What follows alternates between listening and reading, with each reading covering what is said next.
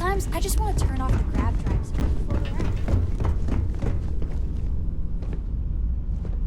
Hey, you need something? Do you need me for something?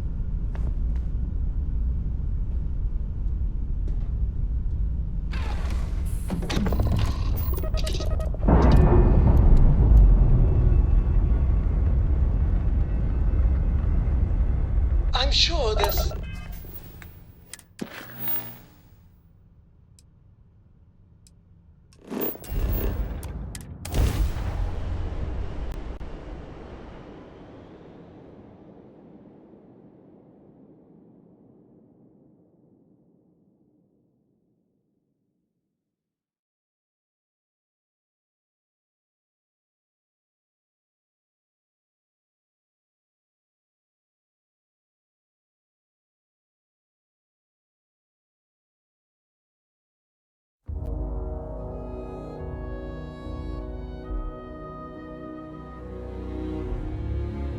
New Atlantis is cool. You got time for a quick chat? I'd appreciate it when you're able.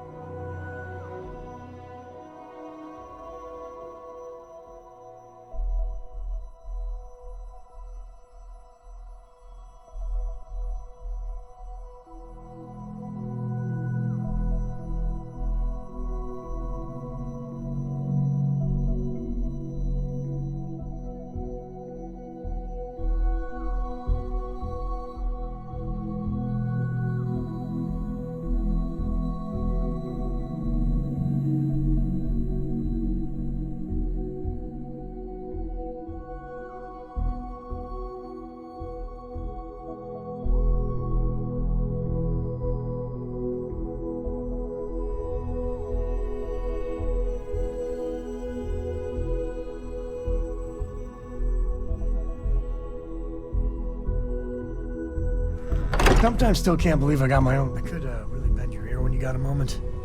Things are gonna be rough for a while. Lodge has wounds that need healing. There needs to be a bigger word than thanks. More than gratitude. And whatever that word is, I feel that way towards you. I'd be dead.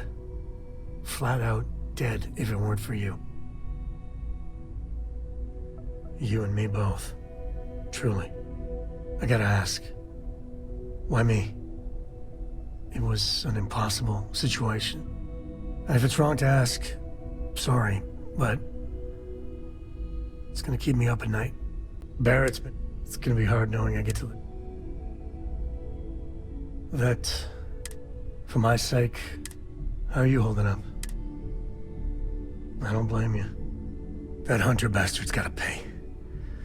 Pay big time. I don't care if he's starborn and indestructible. Nobody messes with my... Just bring me along when you do. This is personal. I just want you to know, the only way we're gonna get through this is if we all lean on each other. Hey, I've been you know, to Barrett. Thank you. I'll have everything set up in a few days.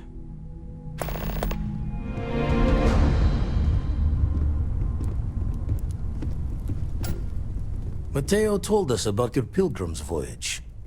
You found it, didn't you? The meaning of unity. Wait, say that again? Multiple universes? You can't possibly mean what I think you mean. Let's take a step back. This is everything we've been building towards, and the implications are a lot to take in. Could you explain the part about multiple universes one more time for everyone? Yes, I wouldn't mind a little more detail. And that's why the Starborn want the artifacts so desperately. They're the keys to unlocking the infinite. I don't even want to think about the physiological changes you'd need to travel between universes.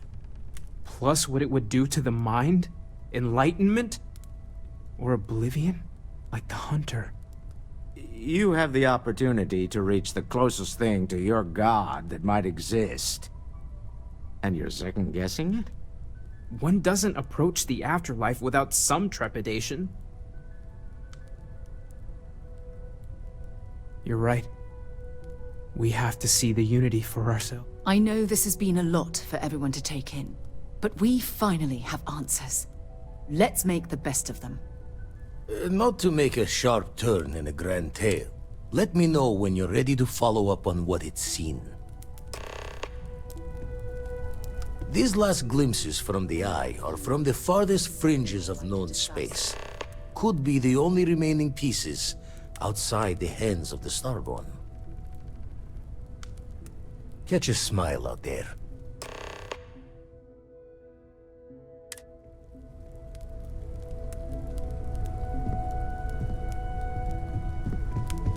I need everyone looking out for each other during this time. Losses hit us. Thanks for taking the time to talk. I wanted to ask you about the artifact you found. When you pulled it...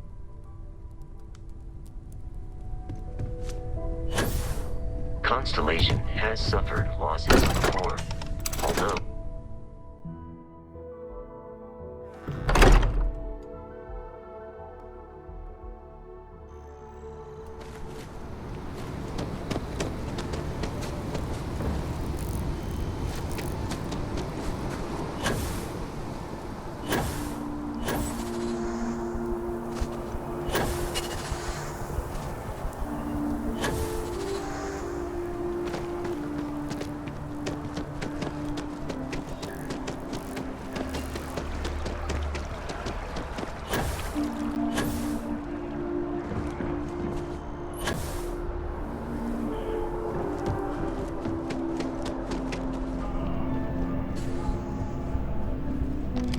Hey, Sarah's friend.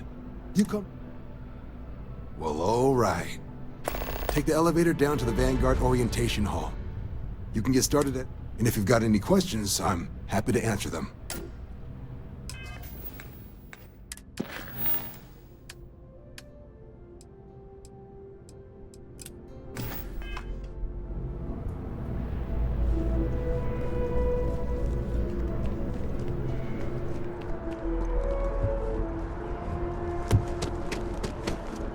Only those on official United Colonies business can access the building.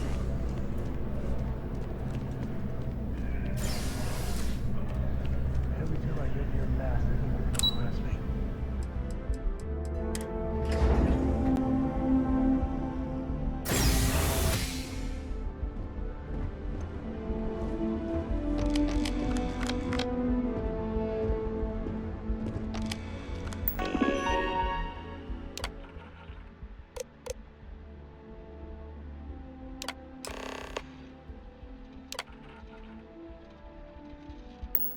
Registration accepted. You may now proceed through the historical displays in the orientation hall, or continue on to the examination. In 2150, humanity learned the Earth's magnetosphere would collapse sometime in the next half-century, eliminating all life on the planet. Decisive action was required, but the secure transport of an entire civilization would demand a new kind of cooperation, a new kind of courage, and a new kind of union. Thus, in 2159, the United Colonies were formed to make that journey possible. Just 1 year later, the Galileo, the first of many colony ships, touched down here on Jemison, beginning a new era of human history, the age of the United Colonies.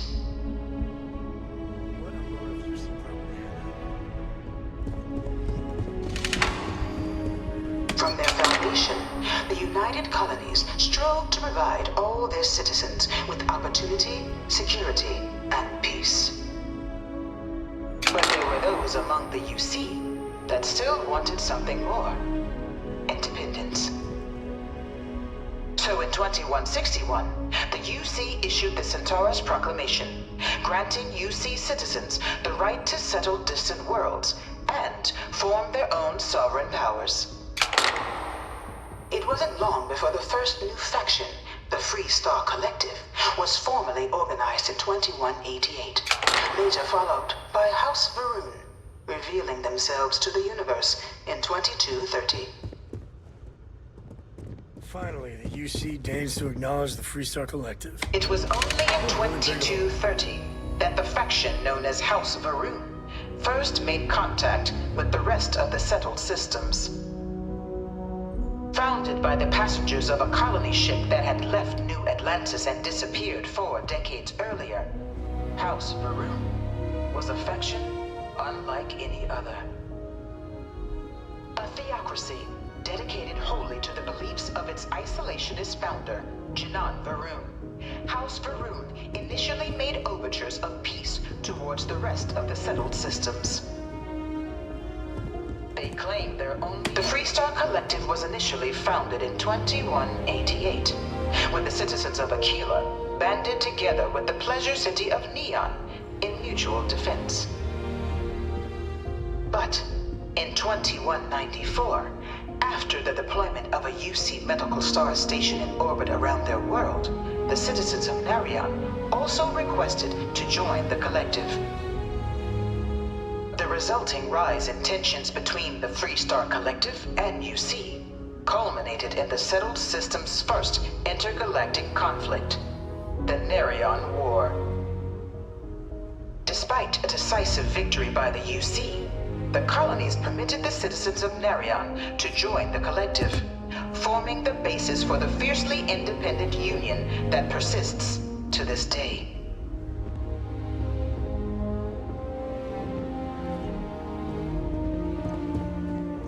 Beginning in 2240, House Varun forces declared all-out war on the rest of human civilization, initiating the Serpent's Crusade.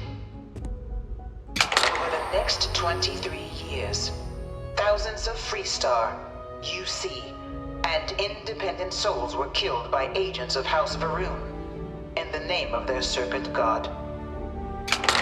It was only with the death of their founder in 2263 and the succession of his heir, Jarek, that House Varun finally sued for peace.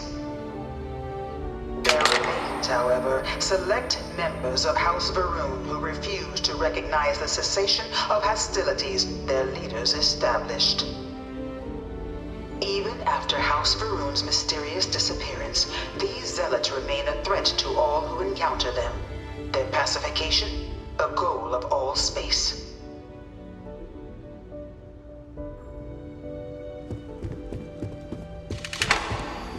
Of the many conflicts between the galaxy's factions, none was more brutal than the recent colony war between the UC and the Free Star Collective.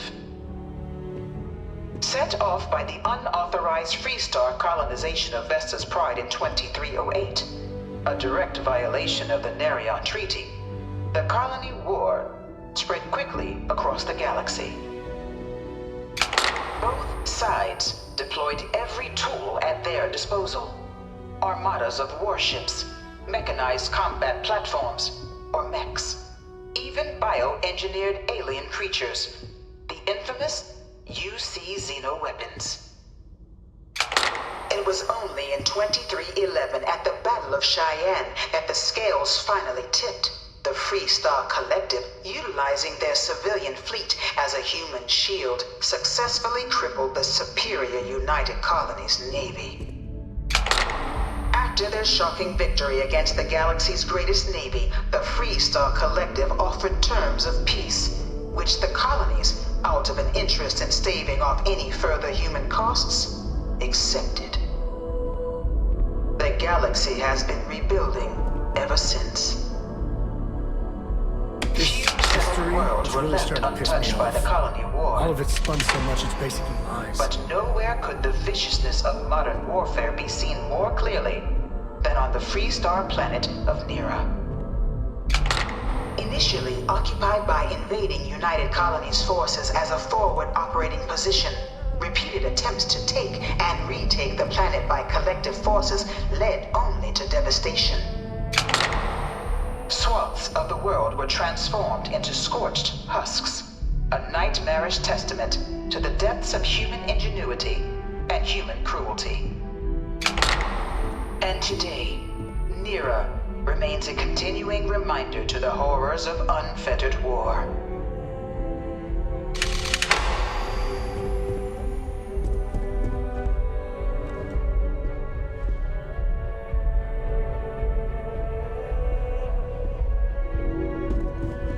I really hope In this the is midst of the colony war, a different kind of tragedy struck the UC city of Londinian.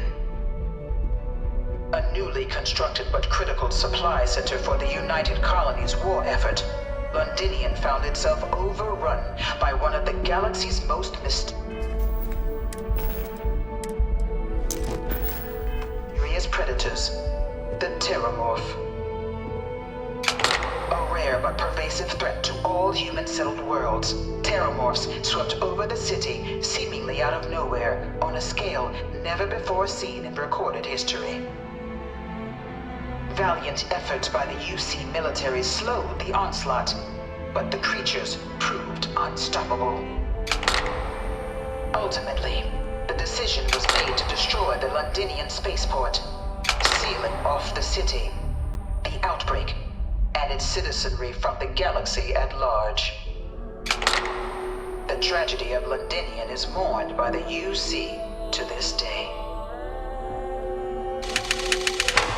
One of my slates said Terramorphs can control people's minds. This thing's But like an can't artist's be true. rendition, right? No animal can be this ugly in real life.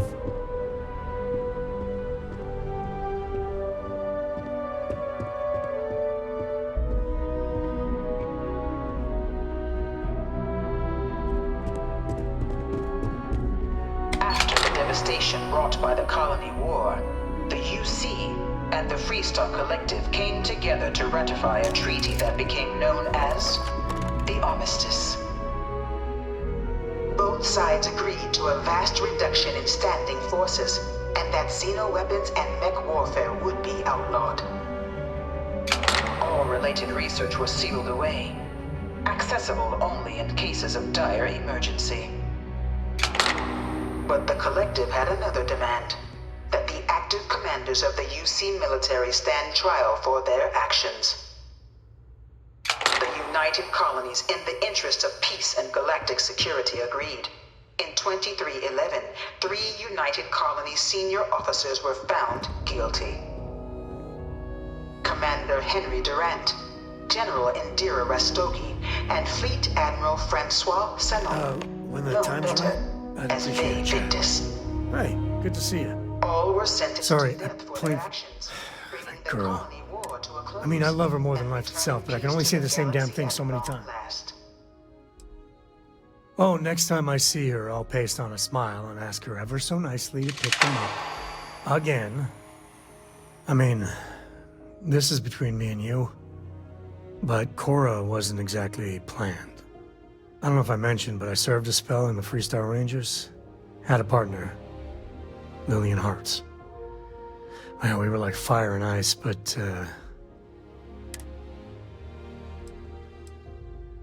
if anything, I think she...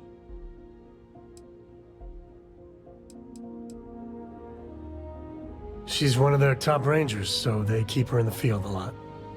That's how she likes it. It wasn't always like it is now. Hell, when Cora was born, I was completely out of my depth. For the...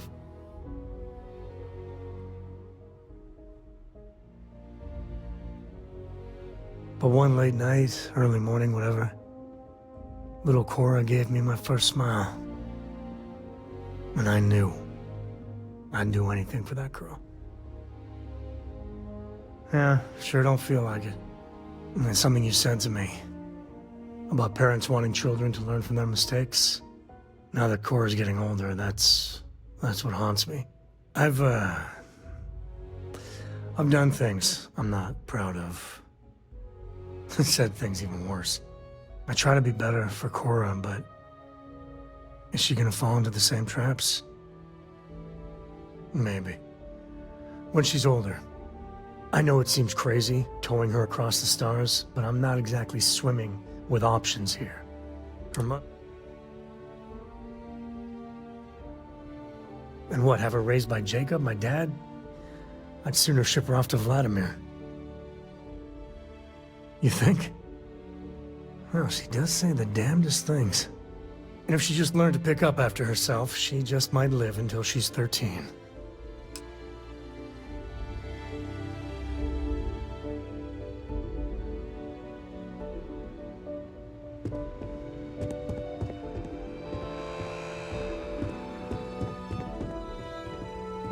It was into this new world that the Vanguard was born.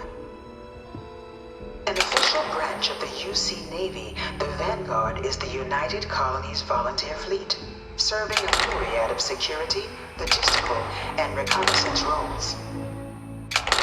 And after a sufficient length of service, UC citizenship is guaranteed to every Vanguard member. Open to all captains, regardless of origin, the Vanguard is leading the charge to protect and support the citizens of the United Colonies, wherever in the galaxy they may be. No one is born a United Colony citizen. Only through service to the UC can one hope to earn one's citizenship. But the UC prides itself on taking care of its people. Cost of living controls mean citizens pay less than their foreign counterparts for needs big and small. All citizens are issued a grant upon joining to get themselves on their feet. And only UC citizens have the opportunity to purchase property, getting the chance to live in one of the most beautiful cities in the settled systems. By joining the Vanguard today, you too can begin earning your place here, in the heart of galactic civilization, as a citizen of the United Colonies.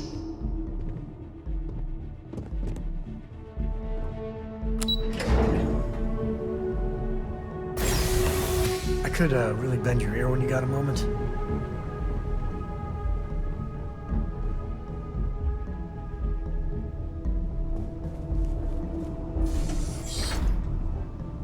Welcome, applicant, to the piloting simulation chamber. Please enter the designated simulation pod to initiate your exam.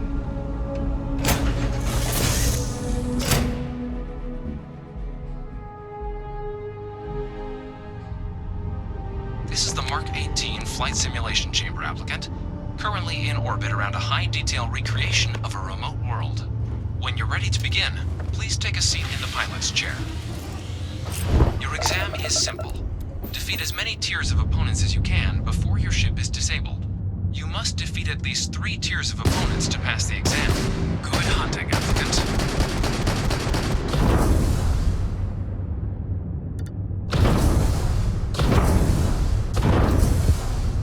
New targets active.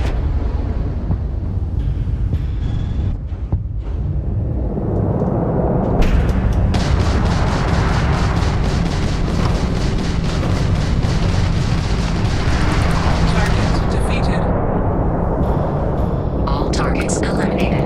Progress recorded. Tier 1 reached. Initiating Tier 2.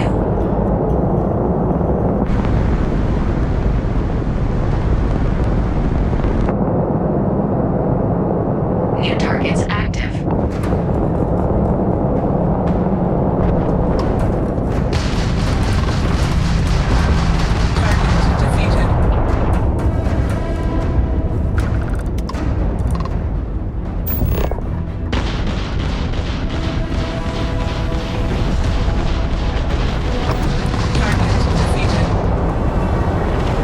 All targets eliminated.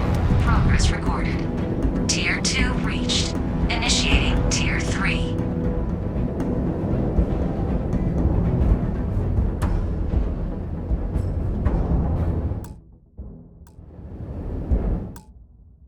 New targets active.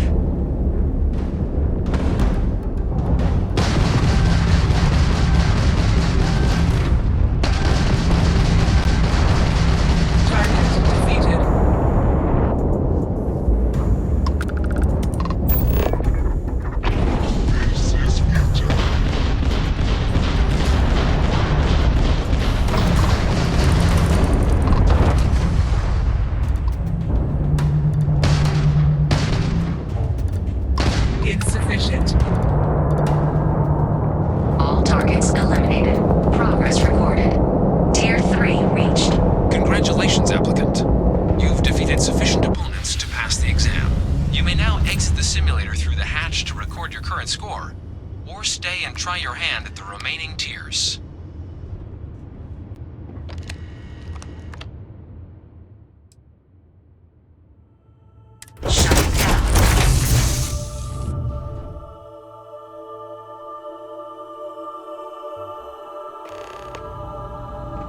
Congratulations. Good showing in there, applicant.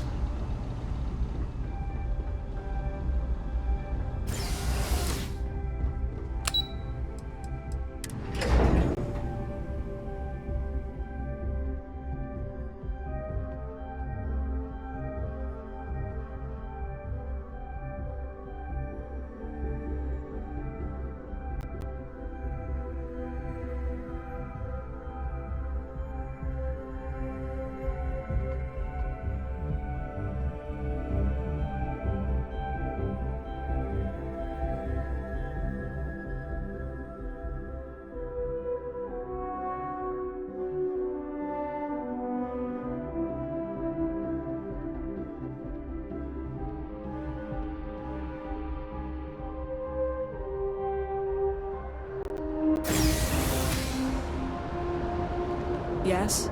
You needed something? Well, look who's back. Everything go all right with the exam? Ah, so these are your numbers that just came through then. You ready to hear how you did? Then let's get to them. So, looking at the data, hit every mural in the orientation hall, huh? A test of preparation and thoroughness. To trace the Vanguard values highly. Psychological results are all within expected levels.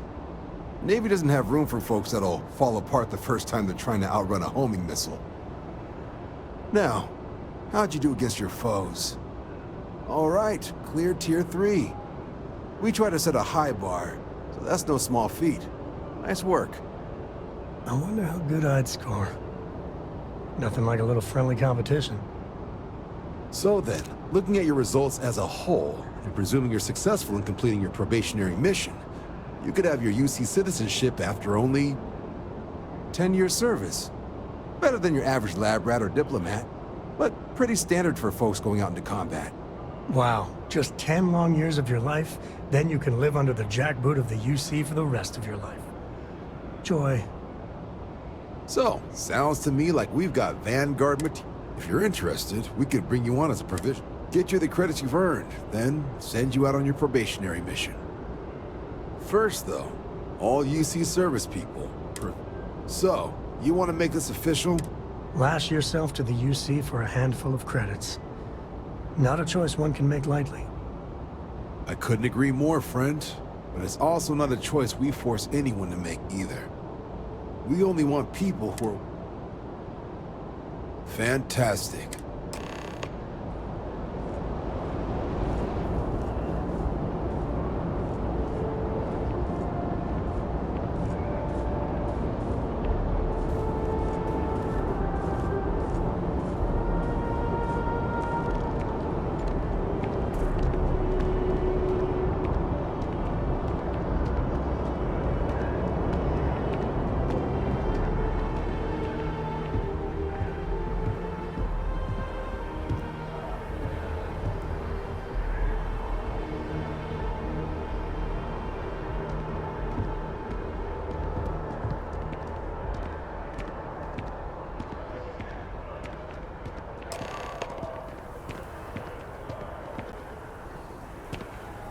Wouldn't be right doing this where we couldn't see the skies.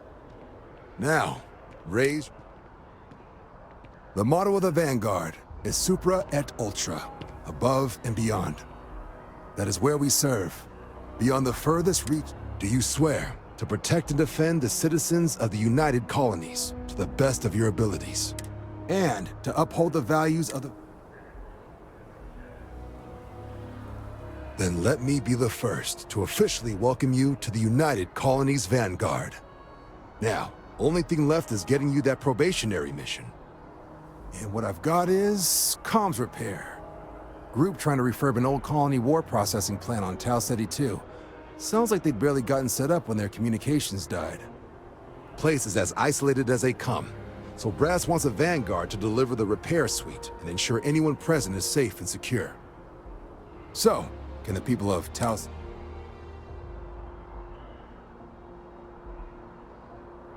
That's the spirit. Head down to the spaceport and talk to Crew Chief Harad. Oh, and your advance. Give it your all out there.